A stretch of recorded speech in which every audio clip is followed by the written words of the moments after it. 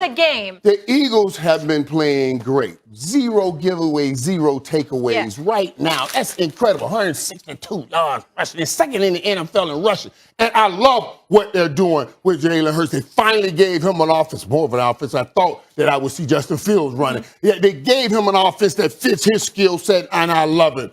But all to that, they must fall tonight at that dome in Dallas. And they must fall because Dallas tonight will start commingling the two. Commingling the two. You know, first week you saw that put up 400 yards. You saw with the champ put up 400 yards. Then the second week you saw them rush for 198 yards with that combo rushing attack of Pollard and Elliott. So tonight, they must start working on commingling them. And let me give you 3 people to look at. I want you in the middle because that's going to play a key factor. Zach Martin and my 2 young studs over there on defense. Come on, young studs. I mean, Michael Parsons going after the quarterback and Trayvon Diggs locking down Devontae Smith. That old dude from Alabama. I'm going to give you something on what's about to happen tonight. He was just slick because he knows. Because Michael Irvin talks to me off the air sometimes, and he knows I'm a fan of both Trayvon Diggs and Michael Parsons. I love them both. That's some bad brothers. I love Stephon Diggs as well, wide receiver in Buffalo, and that's his brother right there. I got love. I love Trayvon Diggs. Let me tell you what made me love him. I love watching him during soft knocks. And let me tell you what made me love him watching that. Right, because you see when Leighton Van Ness was on the sideline, he said, "Hey, you're a young buck, man." He said, "You got to make the plays. You got to make the plays you can make. You can't make every play." And you heard what he said. I'm too young to know that. I'm trying to make every play. I said, that's what I'm talking about. Right. You need that in the locker room. Somebody to make everybody else feel bad because they're not trying to make every play.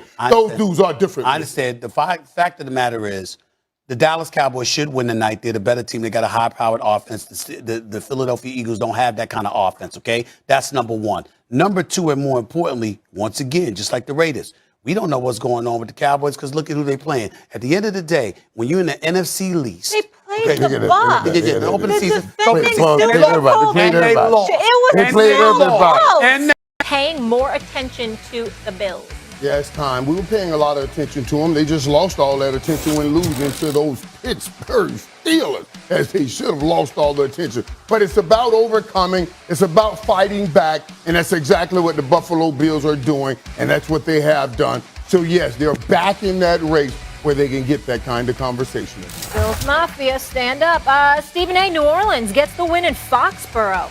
Do you believe in the Saints? I believe in their defense. I believe in what I saw them do against the Green Bay Packers. I certainly believe in what I saw them do against the Patriots yesterday. I think the Carolina game was an aberration because the offense was so god-awful. Yeah. It compromised them. But this Saints defense has been real for a couple of years now. We need to pay attention to it. Absolutely. Jaguars, Jamal Agnew set an NFL record for 109-yard missed field goal return. So we want to ask our playmaker, Michael Irvin, how impressive was this? This is impressive, and I want people to understand what happens here when this happens. All you have are big guys on that field goal unit.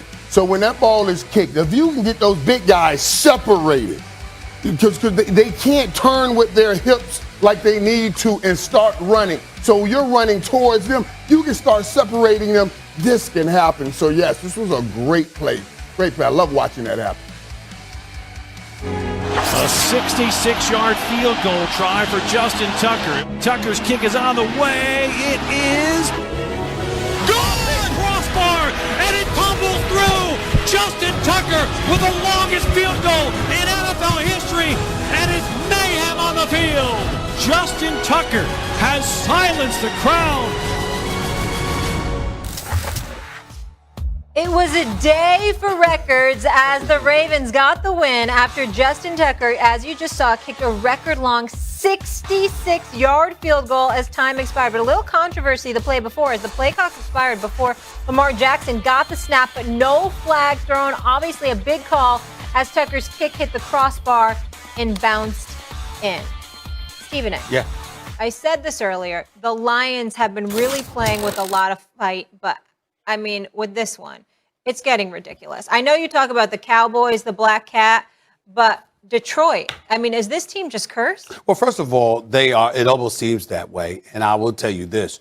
I think the NFL, I think one of the things that's most appalling is the fact that the NFL has them as a part of the Thanksgiving Day every year. What the hell are you on the Thanksgiving every day for? Nobody cares about you outside of Detroit. Nobody cares about the Lions. We all know care. that. Yeah, we understand. The point is that nobody gives a damn about the Detroit Lions, okay? They have not won a playoff game since 1991.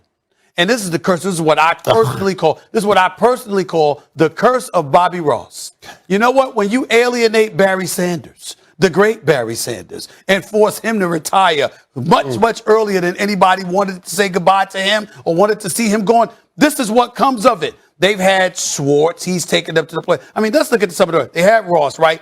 Then they had, just Morningwig. They had Mariucci. He tried his best. Our brother Moose. We love Great man. We love Coach Moose. Right, Listen, he was contaminated because he was a damn good coach in San Francisco. Goes to Detroit, and then all of a sudden he's on TV. You know why? Because Detroit contaminated him. That's why. The Lions I'm talking about, not the city of Detroit, because I got love for them, okay? Here's the deal. You look at Jim Caldwell, what you get rid of him for? He took you to the playoffs twice. Schwartz was before him. He took you to the playoffs once. These dudes cannot win a playoff game to save their life. They had Matthew Stafford, who we talking about potentially winning the Super Bowl this year. They had him as their quarterback for 12 years. He couldn't win a playoff game. You're damn right they curse. Black cat running around? No, ain't no black cats running around the Lions because the black cats don't even want to be in Detroit. That's what this is right here, okay, when you talk about the Lions organization. It's just that damn bad, okay? They make bad decisions all the time, and we see we see it year after year after year. There are things that they shouldn't be doing that they have done. It is what it is. Yesterday was just a microcosm of everything we know them to be. They'll lose because they're inferior, or they'll lose because somebody else has more luck. It doesn't matter. The only consistent thing about the Lions is that when they play, they will lose more than they will win. Playmaker, before you go, though, they hung in with the Niners, Yes. the Packers, and the Ravens. That's right. I want to give them props for that because obviously those were superior teams. And they were fighting. They were fighting and trying to win. I sit here and listen to Stephen A. talk about those Lions, and then he said, well, the only game they won was in 91.